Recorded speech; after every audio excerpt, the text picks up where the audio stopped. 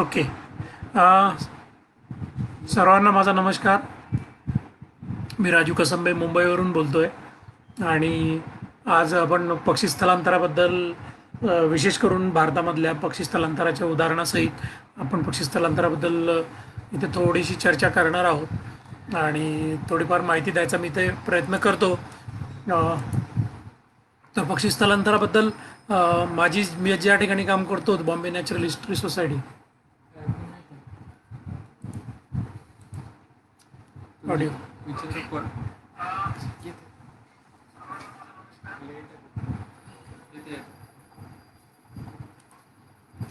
तर बघा, मी ज्या संस्थेत काम करतो बॉम्बे नॅचरल हिस्ट्री सोसायटी, ती संस्था एक अगदी खूप जुनी संस्था आहे. म्हणजे 100 वर्षापेक्षा जास्त या क्षेत्रात काम केलेली संस्था असून माझ्या संस्थेमध्ये BNHS मध्ये पक्षी स्थलांतरावर फार मोठ्या प्रमाणावर काम केलं जातं. तर आपण काही पक्षी स्थलांतराबद्दलच्या गोष्टी इथे जाणून घ्यायचा प्रयत्न करूया. तर सर्वप्रथम जेव्हा आपण पक्षी स्थलांतर म्हणतो तेव्हा आपल्या मनात बरेच प्रश्न येतात.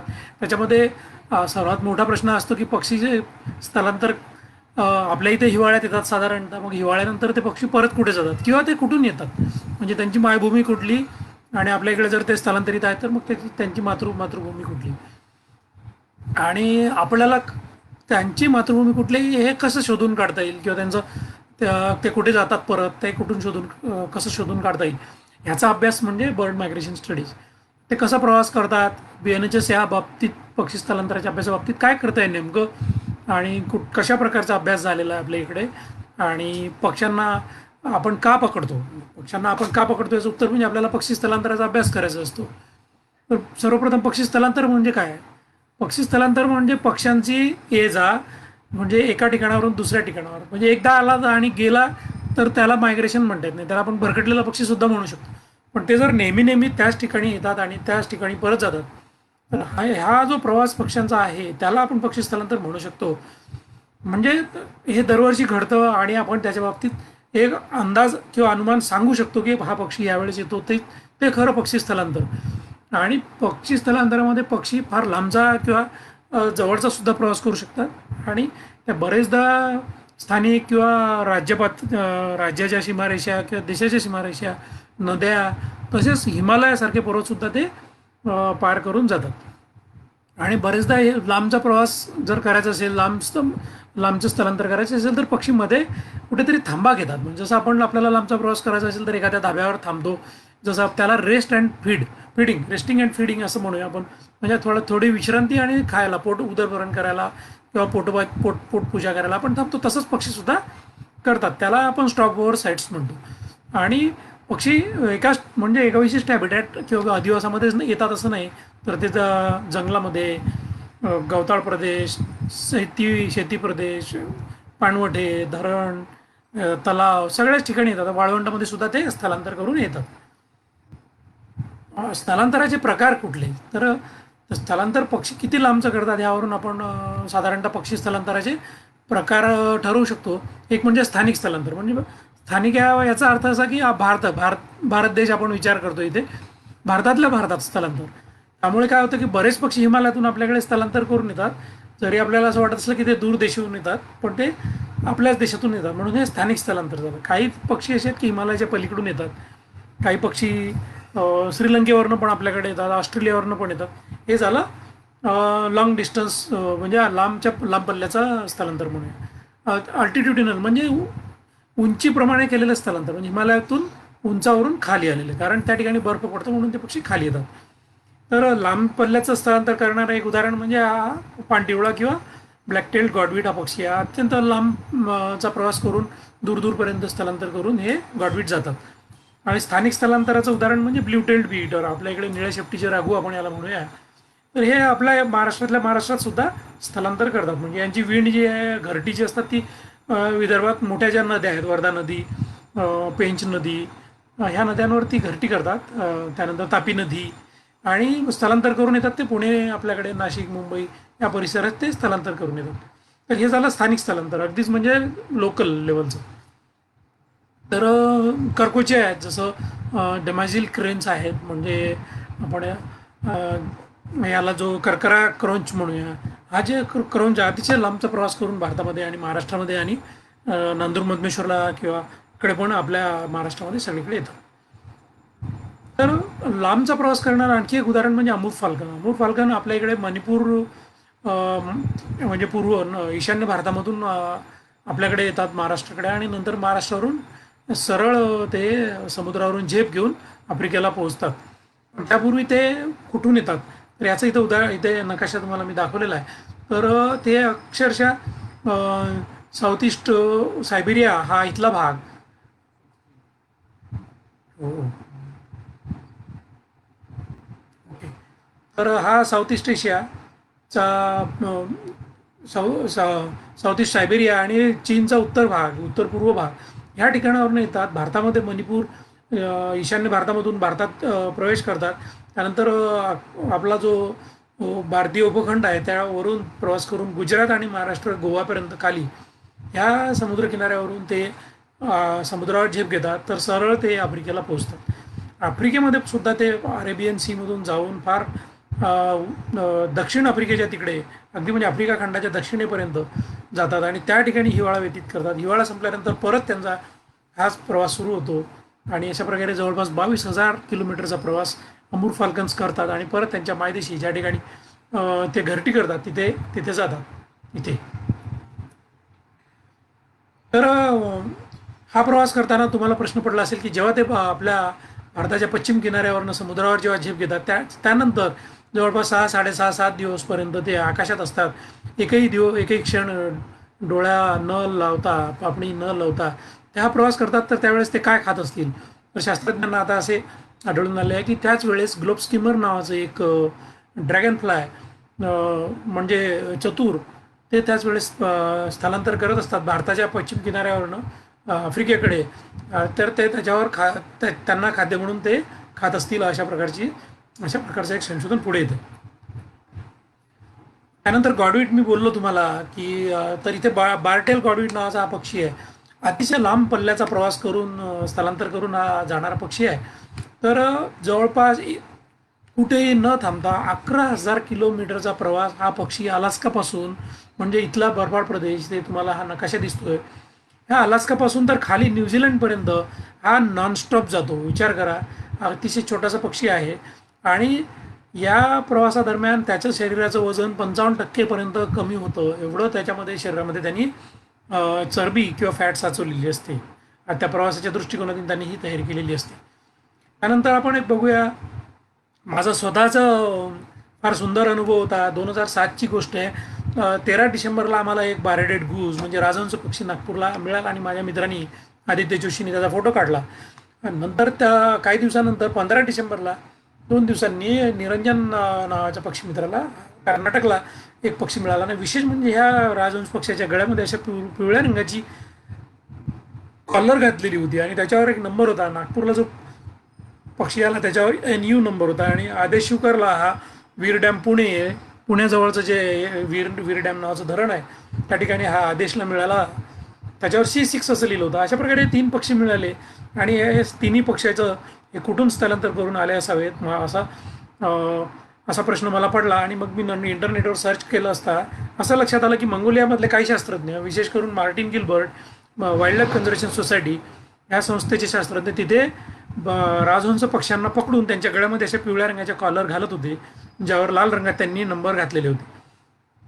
तर मार्टिन गिल्बर्टनी मला माहिती दिली की मंगोलियामधला सुद्धा अतिशय उत्तरेचा भाग इथला म्हणजे जिथे खुवसगोल नावाचं गाव आहे किंवा तिथे एक दरी आहे, व्हॅली आहे, त्या ठिकाणी हे पक्षी त्यांनी पकडले होते आणि त्याला या पिवळ्या कॉलर बसवले होते. तर इथून एक सरळ रेष जर आपण नकाशावर घातली तर त्याचं अंतर जवळपास 4,700 ते 4,800 किलोमीटर असं येतं. पण ही एक सरळ रेष आहे आणि मग बारेडेड गूज कधी सरळ रेषेत प्रवास करत नाही कारण त्यांना हिमालय पर्वत जेव्हा पार करायचा असतो त्यावेळेस कमी उंचीचा भाग जवळपास 26,000 फूट असलेला ते निवडतात आणि त्या हिमालयातल्या कुठल्या तरी दऱ्यांमधून ते हिमालय पार करतात. तर अशा प्रकारे हे आम्हाला कळलं आणि नंतर आम्ही याच्यावर एक छोटंसं संशोधन आर्टिकलसुद्धा लिहिलं. त्यानंतर तर हा नागपूरचा बर्ड आहे. हा मी ज्याच्याबद्दल NU बोलत होतो तर हा नागपूरला आदित्य जोशींनी शोधलेला पक्षी आहे. त्यानंतर स्वप्नील गिराडेला सुद्धा हा असा पक्षी महाराष्ट्रात मिळाला आणि अशा प्रकारे मग नंतर खूप सारे पक्षी मिळायला लागले, कारण मंगोलियामधले शास्त्रज्ञ खूप सारे बारेडेड गूसच्या गळ्यामध्ये कॉलर घालत होते. तर हिमालय जेव्हा क्रॉस करतात त्यावेळेस त्यांना अतिशय कमी असा ऑक्सिजन असलेल्या प्रदेशातून प्रवास करायला लागतो, उडायला लागतो. पण ती बारेडेड गूसच्या शरीरामध्ये, राजहंसांमध्ये ते एक विशिष्ट व्यवस्था अशी आहे की ते अतिशय कमी ऑक्सिजनच्या प्रदेशामधून उंचावरून प्रवास करू शकतात. आणि जवळपास 7,000 मीटर म्हणजे माउंट एव्हरेस्टच्या थोडंसं अगदी थोडं खाली अशा एवढ्या उंचीवरून ते प्रवास करू शकतात, उडत जाऊ शकतात. त्यावेळेस ते तव्याने स्थलांतर करतात. तर काही पक्षी मी जसं बोललो की स्थानिक स्थलांतर करतात, त्यामध्ये ब्ल्यू टेल्ड बी ईटर म्हणजे निळ्या शेपटीचा राघू आणि ओरिएंटल डॉर्फ किंगफिशर किंवा तिबोटी धीवर हे 2 अतिशय सुंदर पक्षी आहे. हा आपल्या इकडे पावसाळ्यामध्ये स्थलांतर करून येतो, सगळ्यांना माहिती आहे. आणि अगदी आपले पक्षीमित्र ह्या पक्ष्याचं छायाचित्र काढण्यासाठी वेडे झालेले असतात. हे अतिशय सुंदर प्रतीक कुलकर्णींनी काढलेलं छायाचित्र मी इथे शेअर करतोय. आणि याचं स्थलांतर कसं होतं आपण पुढच्या 2 स्लाईडमध्ये, 2-4 स्लाईडमध्ये मी तुम्हाला दाखवतो. तर आता इथे बघा, मे आणि जून महिन्यामध्ये ब्ल्यू टेल्ड बी ईटर कुठे दिसतं. मे, जून, जुलै यावेळेस ह्या पक्ष्यांची घरटी असतात आणि त्यावेळेस त्यांची वीण होते. आणि ते घरटी झाल्यानंतर बघा आता हा पक्षी दुसरीकडे निघून जातोय. मी एकदा मागे पुढे करतो जेणेकरून तुमच्या लक्षात येईल की कसं त्या नकाशामध्ये फरक पडत जातोय. बघा आता हे दुसरीकडे आलेत. आता हा जो निळा रंग आहे दक्षिण भारतात बघा गडद झालेला आहे. आणि वीण करताना बघा याचे लोकेशन्स म्हणजे कुठे घरटी करतात ते वेगळे आहेत.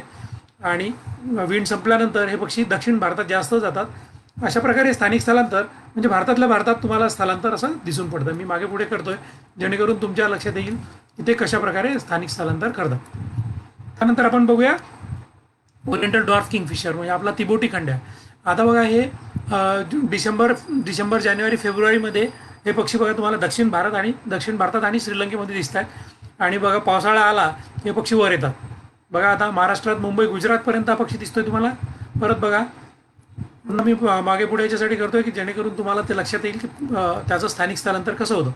आणि ईशान्य भारतात तुम्ही बघितलं इकडे बांगलादेश आणि भूटानच्या इकडे सुद्धा कसा बदल घडतो ते तुम्ही बघू शकता. ते अगदीच नाही आहे डिसेंबर ते फेब्रुवारी ह्या प्रदेशात अजिबातच नाही आहे. आणि त्यानंतर बघा जून, जुलैमध्ये त्या ठिकाणी ते पक्षी आलेले आहेत. अशा प्रकारे स्थानिक स्थलांतर इकडे घडतं. तर एका स्लाईडमध्ये मी फक्त भारतामधल्या पक्षी जैवविविधतेबद्दल सांगतोय की जगामध्ये 10,000 पेक्षा जास्त पक्षी प्रजाती आहेत. आणि त्यामधील जवळपास 1400 पक्षी प्रजाती दक्षिण आशिया प्रदेशात आढळतात. आणि त्यापैकी 1300 प्रजाती आपल्या भारतामध्ये 1300 पेक्षा जास्त प्रजातींची भारतामध्ये नोंद झाली आहे. आणि महाराष्ट्रामध्ये जवळपास 550 ते 600 पक्षी प्रजातींची नोंद ह्याआधी झालेली आहे. तर पक्षी स्थलांतर का करतात? पक्षी स्थलांतर करण्याची कारणं म्हणजे सगळ्यात महत्त्वाचं कारण म्हणजे अन्न. जसं की हिमालयात आहे पक्षी जो अति उंचावर हिमालयामध्ये राहतो, ज्या ठिकाणी हिवाळ्यामध्ये संपूर्ण बर्फ पडलेला असतो. म्हणजे आपल्या इकडचा ज्याला आपण हिवाळा म्हणतो त्यावेळेस हिमालयामधला हिवाळा म्हणजे अक्षरशः बर्फ पडलेला असतो. त्यामुळे कुठल्याही झाडाला पानं नसतात, फळं नसतात आणि जमिनीवर पूर्ण बर्फ पडलेला असतो. तुम्हाला माहिती आहे कुलू मनाली शिमला हा जो प्रदेश आहे, मग तिथे जर खायला काहीच नसेल तर मग त्या पक्ष्यांना तिथे राहण्यात काही फायदा नसतो, कारण ते मरून जातील.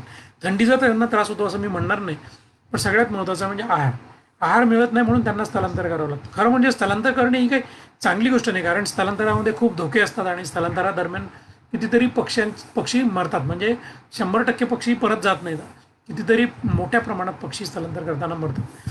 तर स्थलांतर करण्याचं मुख्य कारण म्हणजे अन्न.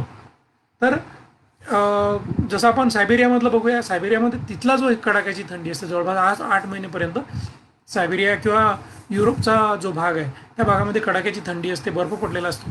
त्यामुळे त्यांना त्या 8 महिनेपर्यंत तिथे राहता येत नाही, म्हणून हे 8 महिने त्यांना कुठेतरी व्यतीत करणं गरजेचं असतं. आणि उरलेले 4 महिने म्हणजे वसंत ऋतू किंवा स्प्रिंग तो त्यांना खूप चांगला असतो. म्हणजे मे, जून, जुलै, ऑगस्ट जेव्हा तिकडे ऊन पडतं आणि बर्फ वितळतो त्यावेळेस त्यांना परत त्यांच्या देशात येऊन घरटं बांधून पिल्लं मोठी करून परत हिवाळा सुरू होण्याआधी निघून जायचं असतं. तर अन्न, वस्त्र, निवारा जसं असतं तसं अन्न, निवारा आणि विणीची गरज ह्या गोष्टी पक्ष्यांसाठी महत्त्वाच्या आहे. त्या दृष्टीने ते स्थलांतर करून दुसरीकडे जातात आणि परत विणीच्या ठिकाणी येतात, म्हणजे ज्या ठिकाणी ते घरटं करतात आणि प्रजनन करतात. आता हे एक उदाहरण आपण घेऊया, पक्षी कसं स्थलांतर करतात बघूया. इथे आम्ही एशिया आणि पूर्व एशियाचा भाग, ऑस्ट्रेलिया आणि भारत असा भाग जो दाखवला आहे, हा सिलेक्ट केलेला आहे. आणि मे जुलैमध्ये बघा आता पक्षी कुठे आहेत. हे मे जून जुलैमध्ये पक्षी तिकडे घरटी करत आहेत आणि पिल्लं मोठी करत आहेत. आणि जसं त्यांचं घरटी संपली तसंच ऑगस्टच्या दरम्यान हे पक्षी सगळे खाली प्रवासाला निघतात. आणि बघा ते कुठपर्यंत पोहोचलेले आहेत. भारतापर्यंत पोहोचलेले आहेत. तिकडे साऊथ ईस्ट एशिया आपण ज्याला म्हणूया, तो त्या भागामध्ये हे पोहोचलेले आहेत. अजून थोडं ऑक्टोबरच्या नंतर अजून हे पक्षी कालपर्यंत प्रवास त्यांचा होतो, नोव्हेंबरपर्यंत. आणि आता हे बघा ऑस्ट्रेलियापर्यंत पोहोचले आहेत आणि इकडे खाली दक्षिण भारत, श्रीलंका, इकडे सगळीकडे ते पोहोचलेले आहेत. आणि नंतर काय होतं, मार्च एप्रिलमध्ये या पक्ष्यांचा परतीचा प्रवास सुरू झालेला आहे. आता हे लाल रंगाचे बाण जे दाखवलेले आहेत त्यामध्ये तुम्हाला हा परतीचा प्रवास दिसतोय. आणि परत हे पक्षी आता मे जुलै परत त्यांच्या देशात पोहोचलेले आहेत, ज्या ठिकाणी ते घरटी करतील. तर ह्या पक्ष्यांचा जो प्रवास आहे, या पक्ष्यांचा प्रवासाचा आपण पुन्हा पुन्हा जर अभ्यास केला, जो बॉम्बे नॅचरल हिस्ट्री सोसायटीने केलेला आहे, त्या सगळ्या प्रवासाचे जर आपण खुणा किंवा बाण असं नकाशावर दाखवत गेलो तर आपल्या लक्षात येईल की जसं आपले हायवे असतात तसे सुद्धा त्यांचे फ्लायवे किंवा उड्डाण मार्ग किंवा स्थलांतर मार्ग निश्चितच असतात. आणि त्याचा आपण अभ्यास BNHS द्वारा केला गेला आणि त्याच्या नकाशांवर त्याची नोंद केली गेली आणि आपला फ्लायवे शोधला गेला. याच्यामध्ये बऱ्याच ठिकाणं असं आहे ज्या ठिकाणी पक्ष्यांचे उदर भरण्याचे म्हणजे पोट भरण्याचे आणि विश्रांतीचे स्थळं असतात, ज्याला आपण स्टॉप ओव्हर साईट्स म्हणतो, त्यासुद्धा गरजेचे असतात. कारण पक्ष्यांचं वजन कमी झालेलं असतं आणि त्यांना परत त्यांचं शरीराचं वजन वाढवायचं असतं आणि पुढचा प्रवास करायचा असतो. तर ह्या पक्ष्यांच्या स्थलांतराच्या मार्गांचा अभ्यास केल्यानंतर आणि ते जगाच्या नकाशावर घातल्यानंतर असं लक्षात आलं की जगामध्ये या पृथ्वीच्या गोलार्धावर जवळपास 9 प्रकारचे पक्षी स्थलांतर मार्ग आहेत. आणि ते 9 प्रकारचे मार्ग इथे तुम्हाला दाखवलेले आहेत. आणि ह्याच्यामध्ये हा जो भारताच्या वर जो मार्ग दाखवलेला आहे इकडे, हा गुलाबी रंगाची जी रेष आहे ती आपल्याला जास्त महत्त्वाची आहे भारताच्या दृष्टिकोनातून. आणि त्याला आपण नाव दिलेलं आहे सेंट्रल एशियन फ्लायवे, मध्य एशियाई उड्डाण मार्ग किंवा स्थलांतर मार्ग पक्ष्यांचा. तर हा जो सेंट्रल एशियन फ्लायवे आहे याचा भारतातील शास्त्रज्ञांनी जो अभ्यास केला, BNHSने जो अभ्यास केला, याचं जो तुम्हाला इथे जे दाखवलेला आहे मार्ग किंवा जो गुलाबी रंगामध्ये कव्हर केलेलं दाखवलेलं आहे, हे सगळं बॉम्बे नॅचरल हिस्ट्री सोसायटीने केलेल्या पक्षी स्थलांतराच्या अभ्यासामुळे आज आपल्याला माहिती आहे की सेंट्रल एशियन फ्लायवे हा कुठे आहे, कसा आहे आणि यामध्ये पक्षी कसे स्थलांतर करतात. यामध्ये असं आढळून आलं की ज्याच्यामध्ये जवळपास पाणपक्ष्यांच्या 182 स्थलांतर करणाऱ्या पक्षी प्रजाती आणि 29 पक्षी प्रजाती अशा आहेत ज्या संकटग्रस्त आहेत किंवा धोकाग्रस्त प्रजाती आहेत, त्या ह्या सेंट्रल एशियन फ्लायवेमध्ये स्थलांतर करून एका ठिकाणावरून दुसऱ्या ठिकाणी जातात. आणि एकूण पक्ष्यांच्या संख्या म्हणजे पॉप्युलेशन, लोकल पॉप्युलेशन जे असतात त्या 279 प्रकारच्या या सेंट्रल एशियन फ्लायवेमध्ये येतात. तर आता हा जो अभ्यास आहे ज्यामुळे आज आपल्याला सेंट्रल एशियन फ्लायवेची माहिती मिळाली आहे, तो पक्षी अभ्यास आपण का करतो? खरं म्हणजे एखाद्या ठिकाणी कुठल्याही पक्षी प्रजाती स्थलांतर करून जातात त्याची आपल्याला माहिती मिळवायची असते. ते कुठून येतात, कुठे जातात त्याची माहिती. त्यानंतर पक्षी जे स्थलांतर करून येतात त्यापैकी किती पक्षी मरतात आणि किती पक्षी जगतात याचा जर अभ्यास करायचा असेल तर आपल्याला त्याचं बर्ड बँडिंग म्हणजे त्याला चिन्ह काहीतरी खूण लावायची आणि त्याचा अभ्यास करायचा किंवा रिंगिंग करायचं. म्हणजे रिंगिंग म्हणजे पायामध्ये वाळा घालायचा किंवा अंगठीसारखी ॲल्युमिनियमची धातूची हलकी रिंग असते ती घालायची असते. त्यामुळे पक्षी एका ठिकाणावरून दुसऱ्या ठिकाणी कसा प्रवास करतात, कसं स्थलांतर करतात, कशी हालचाल करतात त्याचा आपल्याला माहिती मिळते. आणि ते कसं विविध अधिवासांचा त्यांच्या आयुष्यामध्ये उपयोग करून घेतात जगण्यासाठी तीसुद्धा आपल्याला माहिती मिळते. त्यानंतर आपल्याला त्यांचा एकंदर भूप्रदेशाचा कसा उपयोग करतात म्हणजे समजून घ्या, एक आपण पुढे उदाहरणं येतील असतात तेच एकच पक्षी प्रजाती कितीतरी प्रकारे या जगातील विविध अधिवासाचा उपयोग करतात ते आपल्याला कळतं. तर हा जो अभ्यास आहे पक्षी स्थलांतराचा त्याला आपण बर्ड बँडिंग स्टडीज किंवा बर्ड रिंगिंग स्टडीज म्हणूया किंवा बर्ड मार्किंग स्टडीज कुठलंही म्हटलं तरी चालेल. याच्यामध्ये पक्षाला ओळखण्यासाठी त्या पक्षाच्या अंगावर काहीतरी खूण करायची असते, हे महत्त्वाचं आहे. ती खूण कशा प्रकारची असू शकते, आपण त्याला मार्किंग कशा प्रकारे करू, त्याच्या वेगवेगळ्या पद्धती आहेत ते मी आता आपण इथे बघू. तर त्यामध्ये पक्ष्यांची ज्या संख्या आहेत, पक्ष्यांची जी लोकसंख्या आहे एखाद्या विशिष्ट प्रजातीची, त्याचं आपल्याला ज्ञान मिळतं. त्यामध्ये पक्षीची संख्या, एखाद्या पक्षी प्रजातीची संख्या कमी होत असेल त्याचं आपल्याला ताबडतोब माहिती मिळते.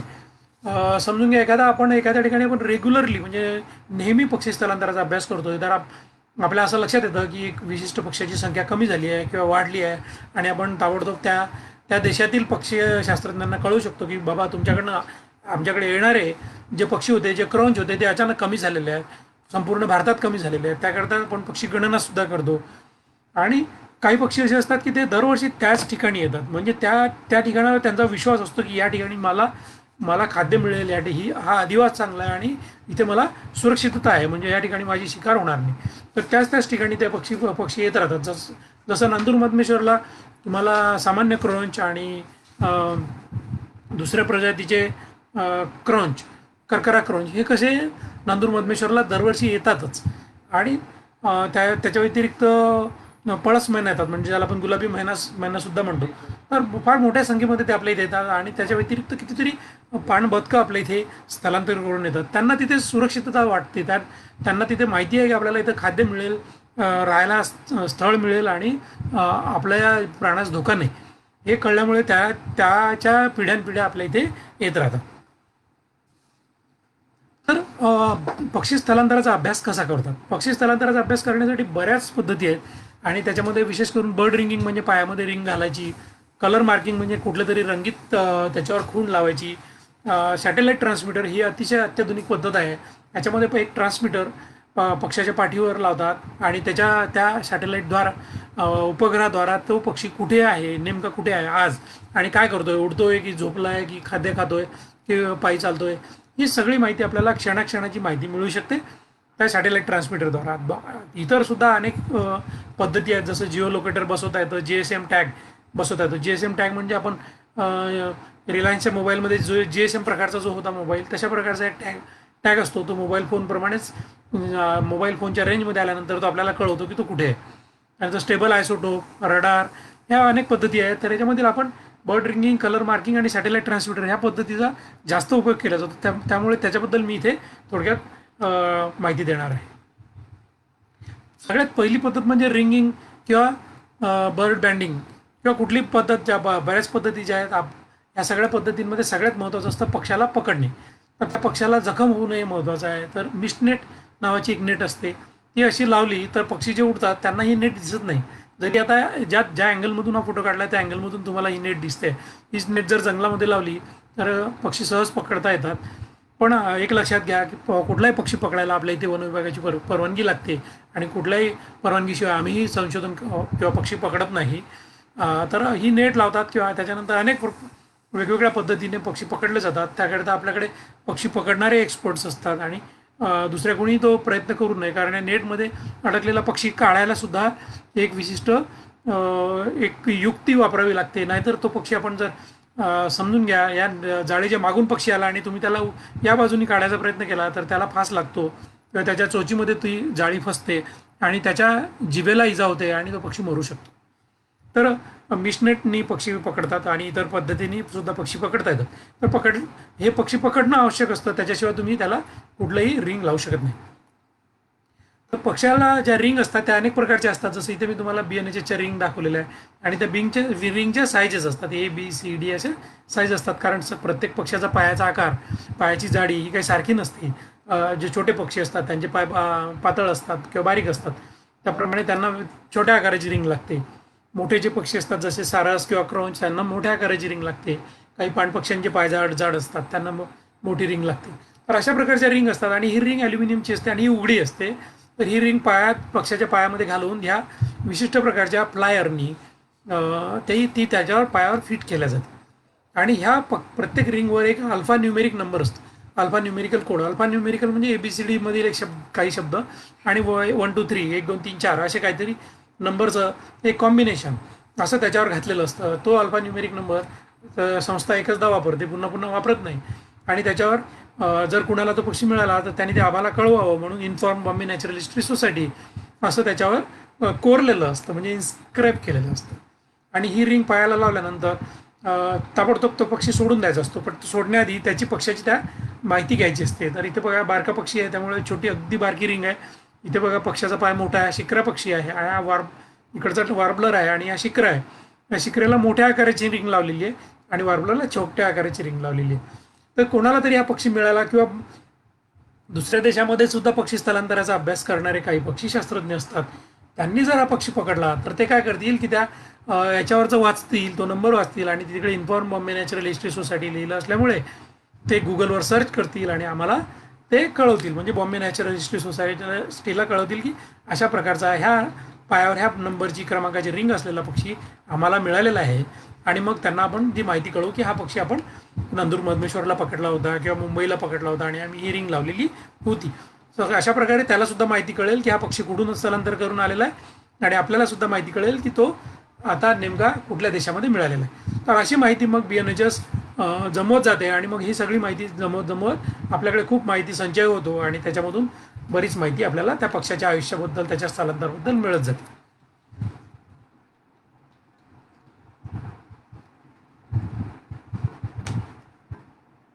तर कुठल्याही पक्षाला पकडून कुठलीही माहिती आपण काही करत नाही किंवा कुठलीही रिंग लावत नाही. त्याचे प्रोटोकॉल्स म्हणजे त्याची आंतरराष्ट्रीय नियमावली आहे आणि त्या नियमावलीप्रमाणे हे सगळं बर्ड रिंगिंग, बर्ड मार्किंग करणं अतिशय आवश्यक असतं. तर मी तुम्हाला सांगतो की रिंग जी आहे, जर समवर्ष असेल तर समवर्ष जर असेल इवन इयर तर पक्षाच्या पायामध्ये रिंग उजव्या पायामध्ये घालतात आणि विषम वर्ष जर असेल तर पक्षाच्या डाव्या पायामध्ये रिंग घालतात.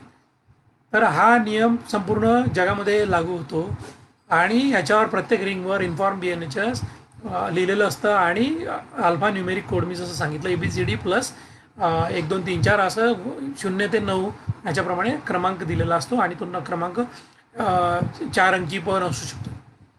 त्याच्यानंतर कलर फ्लॅगिंग म्हणजे रंगीत जर आपल्याला खूण पक्षाच्या अंगावर लावायची असेल तर त्याच्यासाठी आपल्या इथे 2 प्रकारचे प्रोटोकॉल आपण नियमावली आपल्या देशामध्ये भारतामध्ये पाळतो. साऊथ इंडियामध्ये म्हणजे आंध्र प्रदेश, तेलंगणा, कर्नाटक, तमिळनाडू आणि केरळसाठी आपण पांढऱ्या रंगाचा फ्लॅग म्हणजे झेंडा म्हणूया आपण त्याला, तो त्याच्या पायामध्ये लावतो. आणि उत्तर भारतामध्ये आपण दोन फ्लॅग लावतो आणि दोन्ही पांढरे असतात आणि त्याच्यावर कसा नंबर असतो मी तुम्हाला फोटोग्राफमध्ये दाखवतो.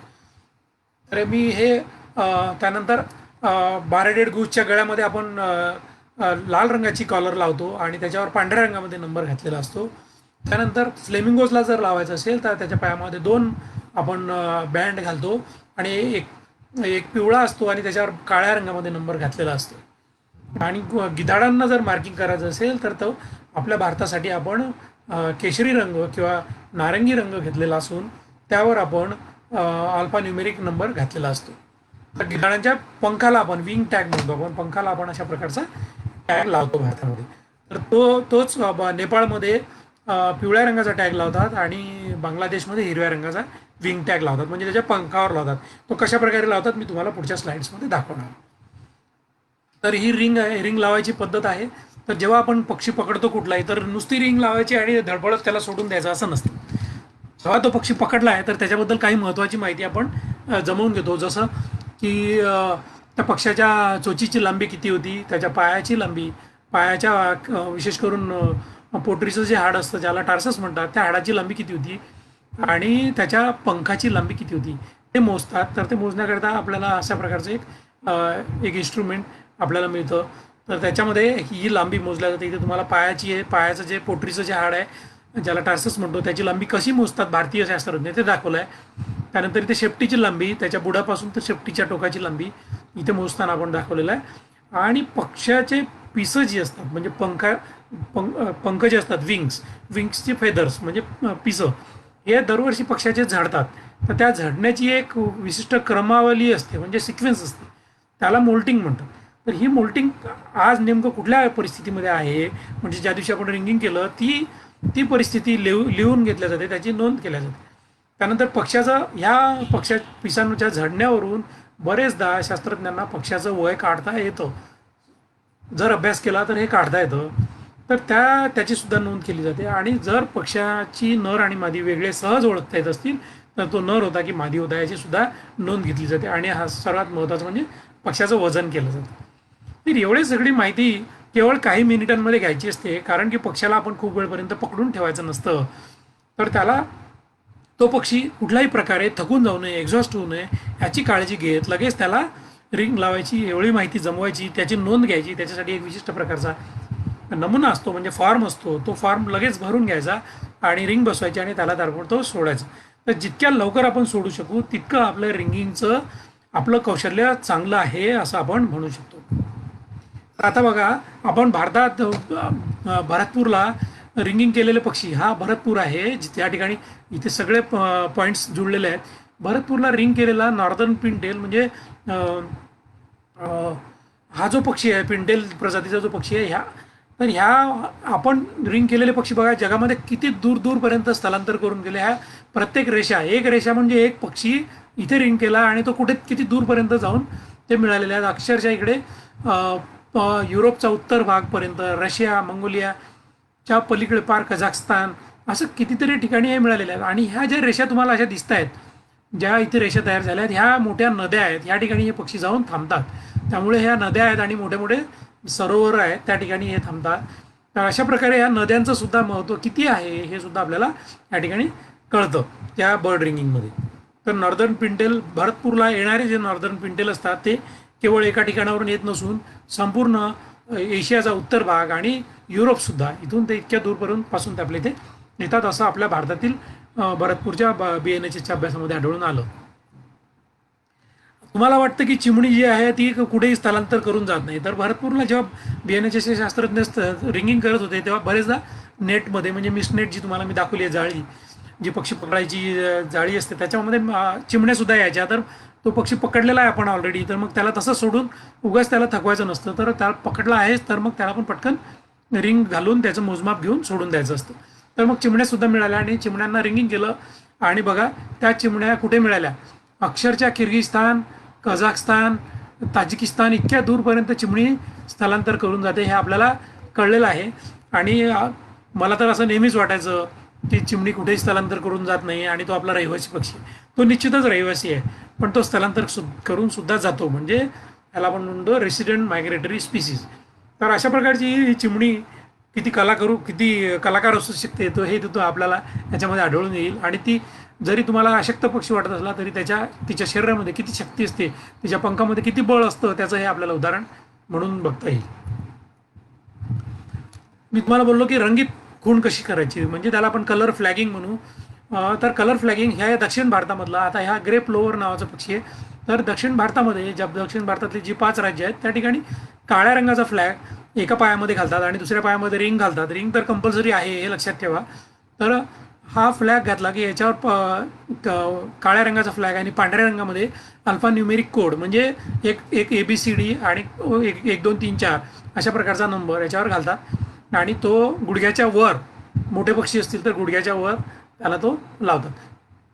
आणि उत्तर भारतामध्ये म्हणजे महाराष्ट्रापासून वर 2 फ्लॅग लावतात आणि 2 फ्लॅगमध्ये एका फ्लॅगवर अशा प्रकारचा लाल रंगामध्ये अल्फा न्यूमेरिक कोड असा घातलेला असतो आणि दुसऱ्या पायामध्ये ॲल्युमिनियमची रिंग घातलेली असते. आणि मागे तुम्हाला ही ती डेटा शीट दिसते, याच्यामध्ये ही सगळी माहिती एंटर करायची असते आणि तो फॉर्मॅट ठरलेला आहे. ती सगळी माहिती जमवल्याशिवाय त्या शास्त्रज्ञाचं काम पूर्ण होत नाही आणि ते अतिशय लवकरात लवकर करायचं असतं. आणि हा जो पक्षी आहे कॉमन रेडशँक नावाचा पक्षी आहे. तर आता हे मुंबईला फ्लॅग लावलेले पक्षी आणि मी स्वतः काढलेले छायाचित्र आहेत. इथे तुम्हाला दिसत आहे 1R7. इथे बघा अल्फा न्यूमेरिक नंबर आपण 3 प्रकारे वापरला आहे, 1 1 2 3, त्यानंतर ABCD, त्यानंतर परत 1 2 3 अशा प्रकारचं कॉम्बिनेशन. हे कुठलंही कॉम्बिनेशन आपण करू शकतो. त्या जी रिंगिंग करणारी संस्था आहे त्यांनी ते ठरवायचं असतं की आपण हा अल्फा न्यूमेरिक कोड हा कशा प्रकारे युनिक म्हणजे अद्वितीय, म्हणजे अशा प्रकारे नंबर पुन्हा तयार व्हायला नको याची काळजी घ्यायला पाहिजे. तर ह्या फ्लॅग लावण्याचा फायदा रिंगिंगपेक्षा खूप चांगली ही पद्धत आहे, कारण याच्यामध्ये फ्लॅग जो आहे हा आता पक्षी मला परत पकडायची आवश्यकता नाही, कारण मी फक्त छायाचित्र काढलं, फक्त फोटो काढला. आणि अशा प्रकारे कुठलेही बर्ड वॉचर्स पक्षी जेव्हा बर्ड वॉचिंगला जातात, कॅमेरे आजकाल खूप चांगले कॅमेरे आलेले आहेत, खूप झूम असलेले कॅमेरे आलेले आहेत. तर ह्या कॅमेऱ्याने दूरूनच या पक्ष्याच्या फ्लॅगचा फोटो काढता येतो आणि हा काढल्यानंतर पक्षी मित्र BNHSला कळवतात आणि BNHSला कळतं की कुठे कुठे हा पक्षी मिळालेला आहे. रिंगिंगमध्ये जेव्हा आपण फ्लॅग लावत नव्हतो आणि नुसती रिंग लावत होतो तेव्हा मात्र तो पक्षी मेलेला आढळायचा, तरच आपल्याला ती माहिती मिळायची. किंवा तिकडच्या देशातील शास्त्रज्ञ जेव्हा ते पक्षी पकडायचे किंवा शिकारी त्या पक्षाला मारायचे तेव्हाच आपल्याला ही माहिती मिळत असे. पण आता फ्लॅगमुळे कसं की या पक्षाला न मारता किंवा न पकडता ती माहिती आपल्यापर्यंत पुन्हा पुन्हा मिळते आहे. त्यामुळे याच्यामध्ये सक्सेस रेट जो आहे त्याला आपण रिसायटिंग म्हणू, पुनर्दर्शन म्हणू, किंवा पुन्हा पुन्हा तो पक्षाबद्दलची माहिती मिळण्याचा जो रेट आहे तो खूप चांगला आहे. म्हणून ही फ्लॅगिंगची मेथड खूप चांगली आहे आणि यशस्वी आहे. याच्यामध्ये जास्त प्रकारे आपल्याला जास्त प्रमाणात माहिती किंवा डेटा मिळतो. तर जसं रिंगिंगचा प्रोटोकॉल आहे तसं कलर फ्लॅगिंगचा सुद्धा आंतरराष्ट्रीय प्रोटोकॉल आहे. हा शोअर बर्ड म्हणजे किनाऱ्यावर आढळणारे पक्षी किंवा चिखलात आढळणारे पक्षी, ज्याला वेडर्स सुद्धा म्हणतात, चिखलपाटे पक्षी असा आपण मराठीमध्ये त्याला शब्द वापरू शकतो. त्याचा जो कलरचा प्रोटोकॉल आहे त्यासाठी नॉर्थ इंडियासाठी अशा प्रकारचे 2 फ्लॅग आपल्याला प्रोटोकॉल त्यांनी दिलेला आहे. आणि तो protocol east Asian Australasian flyway म्हणजे EAAPFP प्रोग्रॅम जो आहे याच्यामध्ये अशा प्रकारे ही माहिती आपल्याला हे नियमावली ठरवल्या जाते. ती नियमावली आपल्याला पाळावी लागते आणि आपण आपल्या मनाने कुठलेही फ्लॅग कुठेही लावायचं असं करू शकत नाही. तर BNHS एक शास्त्रीय संघटना आहे. अतिशय शास्त्रीय पद्धतीने आम्ही इथे अभ्यास करतो. आमचे शास्त्रज्ञ काळजीपूर्वक अभ्यास करतात आणि अशा प्रकारे त्याला कलर मार्किंग केलं जातं. तर आता इथे आपण राजहंस पक्षाचं कलर मार्किंग भारतामध्ये BNHS द्वारा केलं गेलं. विशेष करून हिमाचल प्रदेश पोंग डॅम ज्यावेळेस एव्हियन फ्लू नावाचा पक्ष्यांद्वारा पसरला जाणारा आजार आपल्या भारतामध्ये आला होता, त्याच्याबद्दल तुम्हाला माहिती असेलच. अतिशय भीती पसरलेली होती. त्यावेळेस अशा प्रकारच्या नेक कॉलर आपल्या भारतात BNHSनी लाल रंगाच्या नेक कॉलर, त्यावर पांढऱ्या रंगाचं नंबर असलेल्या क्रमांक कोरलेला असलेल्या ह्या रबराच्या असतात आणि अतिशय फ्लेक्झिबल म्हणजे लवचिक असतात. त्यामुळे या पक्ष्याचं काही याची गळा घोटला जात नाही, कारण हे पक्षी वर्षानुवर्षे जिवंत आहेत आणि ते पक्षी अजूनही दिसत आहेत. त्याची माहिती अजूनही आपल्याला मिळते. याचा अर्थ ह्या रिंग्स, ह्या ज्या नेक कॉलर आहेत ह्या सुरक्षित आहेत. त्यामुळे त्या पक्षाच्या जीविताला कुठलाही धोका होत नाही हे सिद्ध झालेलं आहे. आणि मंगोलियाच्या शास्त्रज्ञांनी लावलेलं रिंग मी तुम्हाला आधीच दाखवलेलं आहे आणि त्याचं आपल्याला कशा प्रकारे नागपूर आणि महाराष्ट्र आणि कर्नाटकमध्ये सायटिंग झालं होतं ते मी तुम्हाला आधीच दाखवलं आहे. त्याद्वारा मंगोलियाच्या शास्त्रज्ञांना आपण माहिती कळवली आणि या लाल रिंग कॉलरद्वारा BNHSच्या शास्त्रज्ञांना अजूनही माहिती मिळते आहे. त्यानंतर विंग टॅग्स म्हणजे मोठे जे पक्षी असतात जसं गिधाड वगैरे, ते नेहमी आकाशात उडताना दिसतात. तर तो उडताना जरी तुम्हाला दिसला तरी सुद्धा हा नंबर चांगल्या प्रकारचा जर कॅमेरा तुमच्याकडे असेल आणि तुम्ही फोटो काढला तर तुम्हाला तो नंबर वाचता येऊ शकतो. आणि हा गिधाडासाठी बघा, हा नेपाळच्या पक्षी अभ्यास संघटनेने हा लावलेला आहे. बर्ड कन्झर्वेशन नेपाळ नावाच्या संस्थेने लावलेला हा टॅग गिधाडाच्या पंखांवर लावलेला आहे. आणि आता भारतामध्ये सुद्धा गिधाडांचं प्रजनन चालू आहे. कृत्रिम प्रजननाचा कार्यक्रम आपण घेतोय, म्हणजे संवर्धन प्रजनन म्हणू शकतो आपण त्याला, कारण गिधाडांची संख्या फार कमी झालेली आहे. तर आपण हा ऑरेंज कलरचा टॅग वापरत आहोत आणि त्यावर अल्फा न्यूमेरिक नंबर मी सांगितलेला आहे तशा प्रकारे वापरला जाणार आहे. आणि बांगलादेशचे ज्या पक्षी संशोधन संघटना आहेत त्या हिरव्या रंगाचा विंग टॅग वापरणार आहेत. तर मोठे जे पक्षी असतात त्याच्या पायाला आपण बँड सुद्धा लावू शकतो. आधी मी तुम्हाला फ्लॅग दाखवले जे छोट्या पक्ष्यांना लावले होते. अर्थात आपण फ्लेमिंगोला सुद्धा फ्लॅग लावू शकतो, पण आपण BNHSमध्ये आपण अशा प्रकारचे लेग बँड्स लावतोय आणि हा BNHSनी लावलेला लेग बँड आहे. तर याच्यामध्ये दोन बँड असतात. खालचा पिवळ्या रंगाचा असतो आणि त्याच्यावर अल्फा न्यूमेरिक किंवा एक नंबर असतो आणि दुसऱ्या पायामध्ये मात्र रिंग घातलेली असते. एक लक्षात ठेवायचं आहे की रिंग प्रत्येक वेळेस घालायची असतेच. ज्या पायामध्ये कुठलाही टॅग नाही त्या पायामध्ये रिंग घातल्या जाते आणि सम आणि विषम वर्ष त्याप्रमाणे आपण ते ठरवतो. तर दक्षिण भारतामध्ये हा जो फ्लॅग आहे पिवळ्या दोन तुम्हाला टॅग दिसत आहेत. दक्षिण भारतामध्ये हा पिवळ्या रंगाचा टॅग वर असतो आणि उत्तर भारतामध्ये हा पिवळ्या रंगाचा टॅग खाली असतो. याचा अर्थ असा की हा पिवळ्या रंगाचा टॅग इथे खाली असल्यामुळे आणि व्हाईट वर असल्यामुळे हा उत्तर भारतात म्हणजे मुंबईला लावलेला टॅग आहे आपण समजू शकतो. आमच्या संस्थेमध्ये BNHSमध्ये अतिशय नावाजलेले एक पक्षीशास्त्रज्ञ आहेत ते म्हणजे डॉक्टर S बालाचंद्रन. म्हणजे मी तर म्हणेन की आज जिवंत असलेले सालिम अली अशा प्रकारे मी त्यांचं वर्णन करेल. या व्यक्तींनी फार मोठ्या प्रमाणावर पक्षी स्थलांतराचा अभ्यास केला आहे आणि त्यांचं जे पक्षी स्थलांतर अभ्यासासाठी जे योगदान आहे ते फार अतिशय मोठं आहे. म्हणजे त्यांच्या इतकं योगदान कोणीही भारतामध्ये पक्षी स्थलांतर अभ्यासासाठी दिलेलं नाही. सालिम अली सोडून दुसऱ्या कुठल्याही व्यक्तीने दिलेलं नाही असं म्हटलं तर हे काय म्हणतात त्याला अतिशयोक्ती होणार नाही. तर भारतामध्ये सॅटेलाईट ट्रॅकिंगची सुरुवातसुद्धा आपण बॉम्बे नॅचरल हिस्ट्री सोसायटीने आधीच केलेली आहे. इथे तुम्हाला दिसते याच्या पाठीवर फ्लेमिंगोच्या पाठीवर सॅटेलाईट ट्रान्समीटर लावला आहे आणि हे सॅटेलाईट ट्रान्समीटरद्वारा आपल्याला त्याचा अभ्यास केला गेलेला आहे. आणि म्हणजे फ्लेमिंगोलाच नव्हे, रोहित पक्ष्यांनाच नव्हे, तर राजहंस म्हणजे बॅरेडेड गुजला सुद्धा आपण सॅटेलाईट ट्रान्समीटर्स लावून अभ्यास केलेला आहे. आणि इथे बघा तुम्हाला सॅटेलाईट ट्रान्समीटरद्वारा कशा प्रकारे उत्तर मंगोलियाचा अगदी उत्तर भाग, ज्या ठिकाणावरून कॉलर लावलेला बर्ड आलेला पक्षी आलेला होता, त्याच ठिकाणावरून ट्रान्समीटर लावलेले पक्षी सुद्धा भारतामध्ये अगदी केरळपर्यंत स्थलांतर करतात असे आढळून आले. आणि ते पक्षी जाताना कसे प्रवास करतात हे तुम्हाला वेगवेगळ्या रेषा, प्रत्येक एक रेषा एका पक्षाचं स्थलांतर मार्ग तुम्हाला इथे दाखवतात. तर मंगोलियाचे पक्षी आपल्या दक्षिण भारतात आणि पूर्व भारतामध्ये स्थलांतर करतात, आणि हिमालयातले पक्षी मात्र अगदी जवळपासच कुठेतरी स्थलांतर करून जातात असं सुद्धा आढळून आलेलं आहे. फार इंटरेस्टिंग आहे. म्हणजे जवळचे पक्षी जवळच स्थलांतर करतात आणि दूरचे पक्षी ह्या पक्ष्यांना मिळता दूर दूर कुठेतरी स्थलांतर करून जातात असं आढळून आलेलं आहे. तर बॉम्बे नॅचरल हिस्ट्री सोसायटीने पक्षी स्थलांतर कसं केलं त्याच्याबद्दल इथे मी तुम्हाला थोडक्यात सांगतोय. तर 1927 मध्ये पक्षी स्थलांतराची भारतामध्ये सुरुवात झाली, आणि त्यावेळेस डॉक्टर सालीम अलींनी धार प्रांताचे जे राजा होते त्यांच्या आश्रयानं आणि त्यांच्या आर्थिक मदतीने पक्षी स्थलांतर अभ्यासाची सुरुवात केली. सालीम अली नुकतेच इंग्लंडला जाऊन आलेले होते, आणि त्यांनी पक्षी स्थलांतर तिकडे कशा प्रकारे केलं जातं ह्याचा अभ्यास केला होता, आणि ते तंत्र ते शिकले होते.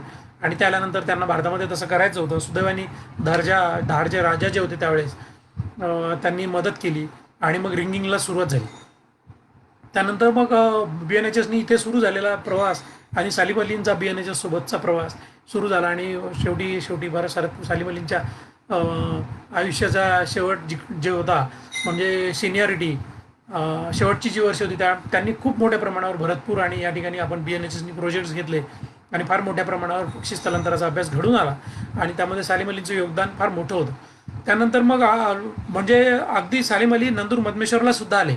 इथपर्यंत आपला प्रवास झाला, आणि आता परत BNHSनी पुन्हा एकदा मोठ्या प्रमाणावर पक्षी स्थलांतराच्या अभ्यासाला सुरुवात केली आहे. रिंगिंगला सुरुवात केली आहे. आपण फ्लॅगसुद्धा लावतो आहे, सॅटेलाईट ट्रान्समीटरसुद्धा लावतो आहे. सगळ्या प्रकारच्या तंत्राचा आपण उपयोग करतो आहे. आणि मध्यंतरी BNHSनी तामिळनाडूमध्ये पॉईंट कॅलिमर या ठिकाणी पक्षी स्थलांतर अभ्यास नियमितपणे व्हावा भारतामध्ये म्हणून या ठिकाणी असं एक BNHS bird migration study centre बांधलं आहे, आणि शासनाने, वन विभागाने आपल्याला या ठिकाणी मदत करून फार मोठ्या प्रमाणावर या केंद्रावर अभ्यास होतो. आणि दरवर्षी इथे ट्रेनिंगसुद्धा दिलं जातं. आणि आमचं BNHSद्वारा जे बेसिक कोर्स इन ऑर्निथॉलॉजी म्हणजे पक्षीशास्त्राचा जो अभ्यासक्रम आम्ही चालवतो त्याच्या दरवर्षीच्या बॅचला आम्ही इथे न्यायचा प्रयत्न करतो. कितीतरी वर्षांपासून हा कोर्ससुद्धा चालू आहे, आणि कितीतरी वर्षांपासून डॉक्टर बालाचंद्रन पक्षी मित्रांना, पक्षी अभ्यासकांना, हौशी अभ्यासकांना या ठिकाणी ट्रेनिंग देत असतात. तर हे खूप सुंदर असं सेंटर आहे दक्षिण भारतामध्ये. या ठिकाणी बघा कशा खूप मोठ्या प्रमाणावर आणि विविध पक्षी प्रजातींना पकडून त्यांना रिंगिंग केलं जातं, त्यांना फ्लॅग्स लावले जातात. तर त्याचं हे तुम्हाला इथे दाखवलेलं आहे, एका स्लाईडमध्ये दाखवायचा प्रयत्न केलेला आहे. तर भारतात जो पक्षी अभ्यास झाला त्याची जी माहिती आहे, त्याचा जो डेटा आहे, त्याचं संकलन नुकतंच करण्यात आलं. आणि तुहिना कट्टी, डॉक्टर बालाचंद्रन आणि डॉक्टर रणजित मनकदन हे जे शास्त्रज्ञ आहेत, या तिघांनी याचं संकलन करून जेव्हा माहिती एकत्र करायचा प्रयत्न केला तेव्हा लक्षात आलं की भारतात जवळपास BNHSद्वारा 7 लाख पक्ष्यांना आत्तापर्यंत रिंगिंग आणि मार्किंग करण्यात आलं, आणि त्यापैकी 3000 पक्षी दुसऱ्या देशामध्ये किंवा दुसऱ्या ठिकाणी आढळून आले. ही सगळी माहिती जर आपण नकाशांवर घालत गेलो आणि संकलित करत गेलो तर असं लक्षात येतं की आपल्या देशातले पक्षी 29 देशामध्ये स्थलांतर करून जातात, किंवा 29 देशांमधून स्थलांतर करून भारतामध्ये येतात, आणि 5 खंडामध्ये ते स्थलांतर करून जातात, किंवा 5 खंडातून आपल्या देशामध्ये स्थलांतर करून येतात, इन्क्लुडिंग म्हणजे अंटार्क्टिका धरून एक पक्षी अक्षरशः अंटार्क्टिकावरून केरळला स्थलांतर करून आला, त्याची सुद्धा नोंद झालेली आहे. आणि ही सगळी माहिती BNHSनी एका ठिकाणी संकलित करून याचा एक ग्रंथ तयार केला, आणि त्याचं नाव इंडियन बर्ड मायग्रेशन ॲटलस हा 2018 साली प्रकाशित झालेला आहे. अतिशय सुंदर ग्रंथ आहे, आणि पक्षी स्थलांतरामध्ये ज्याला कोणाला भारतातील पक्षी स्थलांतरामध्ये इंटरेस्ट असेल त्यांनी खरंच हा संग्राह्य आणि अभ्यास करण्याजोगा ग्रंथ BNHSने प्रकाशित केलेला उपलब्ध आहे. तर तुम्ही जेव्हा आपले वन अधिकारी आहेत, गार्ड्स आहेत. आपण स्थलांतर करतो कधी कधी आपल्याला, आपण जंगलामध्ये भटकत असतो, तलावांवर भटकत असतो, त्यावेळेस आपल्याला कधी कधी मेलेले पक्षी मिळतात, कधी कधी आपल्याला पक्ष्याच्या पाठीवर ट्रान्समीटर दिसतं किंवा रिंग केलेले पक्षी दिसतात दुर्बिणीतून, कॅमेऱ्यातून. तेव्हा ती माहिती आपल्याला BNSSला कळवावी अशी मी तुम्हाला आज नम्र विनंती करतो. आणि तुम्हाला जर पक्षी मिळाला तर अशा प्रकारे तुम्ही माहिती द्यायची आहे. हा फॉर्म तुम्हाला इंटरनेटवर मिळेल किंवा तुम्ही नुसतंच BNSSला ईमेलवर कळवू शकता. आणि त्यासाठी ईमेल ॲड्रेस bands@bnss.org हा ईमेल ॲड्रेस आम्ही तयार केलेला आहे. आणि एक आम्ही मोबाईल ॲप्लिकेशनसुद्धा तयार केलं आहे, त्याचं नाव आहे बर्ड बँड मोबाईल ॲप्लिकेशन. हे ॲप्लिकेशन तुम्ही तुमच्या मोबाईलमध्ये जर डाउनलोड केलं तर त्याच्यामध्ये अतिशय सोप्या पद्धतीने तुम्ही ती माहिती आणि त्या पक्षाचं छायाचित्र आम्हाला कळवू शकता. तुम्ही जर एखादा तुम्हाला पक्षी मिळाला आहे ज्याच्या पायामध्ये फ्लॅग आहे किंवा पायामध्ये रिंग आहे, त्याची माहिती जर तुम्ही आम्हाला कळवली तर आमचे शास्त्रज्ञ तो पक्षी कुठे रिंग केलेला आहे, कुठल्या शास्त्रज्ञांनी कुठल्या देशामध्ये रिंगिंग केलेलं आहे त्याची माहिती तुम्हाला कळवतील. जर तो पक्षी BNSSद्वाराच रिंगिंग केलेला असेल तर मग फारच उत्तम. तर आमच्या इकडे जो डेटाबेस आहे, आमच्या इकडे तिची माहिती पूर्ण संकलित केलेली असते. ती माहिती आमचे पक्षीशास्त्रज्ञ तुम्हाला कळवतील आणि तुम्हाला तो आनंद मिळेल की कुठून हा पक्षी स्थलांतर करून तुम्ही ज्या ठिकाणी पक्षी निरीक्षण करताय त्या ठिकाणी कुठून स्थलांतर करून आला ती पूर्ण माहिती मिळेल. आणि खरंच तुम्हाला एक अतिशय मनस्वी आनंद त्यामधून मिळेल याची मी तुम्हाला ग्वाही देतो. तर हे BNSSचं बर्ड बँड ॲप्लिकेशन आहे. तर आज तुम्ही मला जुन्नर वन विभागातर्फे पक्षी स्थलांतराबद्दल बोलण्यासाठी निमंत्रित केलं, त्यासाठी मी तुमचा खूप खूप आभारी आहे. मला सांगावंसं वाटतं की यामधील बरीच छायाचित्र इंटरनेटवरून घेतली आहेत, काही पक्षी मित्रांनी दिलेली आहेत, काही BNSSच्या शास्त्रज्ञांनी दिलेली आहेत. आणि विशेष म्हणजे माझ्या सहकारी तुहिना कट्टी ज्या आहे, ज्या बर्ड मायग्रेशन्सच्या अभ्यासामध्ये शास्त्रज्ञ आहेत, त्यांनी मला खूप मदत केली हे प्रेझेंटेशन तयार करण्यामध्ये. आणि त्यामुळेच मी एवढं सुंदर प्रेझेंटेशन तुमच्यासाठी तयार करू शकलो. तर तिचे पण धन्यवाद आणि सर्व चित्रकारांचे धन्यवाद. आणि जे लोकांनी लाईव्ह येऊन माझं प्रेझेंटेशन बघताय तुमचे सर्वांचे खूप खूप आभार. मला वाटते प्रश्न जर असतील तर ते मी चॅटमध्ये बघून तुम्हाला त्याचं उत्तर त्या प्रश्नांचं उत्तर द्यायचा प्रयत्न करतो.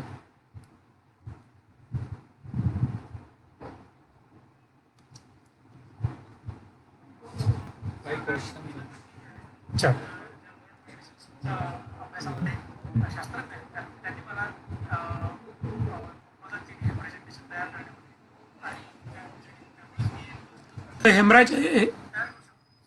हेमराज पाटील यांचा प्रश्न आहे. हेमराज पाटील यांनी प्रश्न विचारला आहे, mention name of the book on to study bird migration. तर इथेच मी तुम्हाला आत्ताच दाखवलेलं आहे, bird migration atlas Bombay Natural History सोसायटीने प्रकाशित केलेलं पुस्तक आहे. तर हे अतिशय सुंदर पुस्तक आहे, हे निश्चित घ्या तुम्ही. ॲमेझॉनवर, फ्लिपकार्टवर, सगळ्या वेबसाईट्सवर अवेलेबल आहे.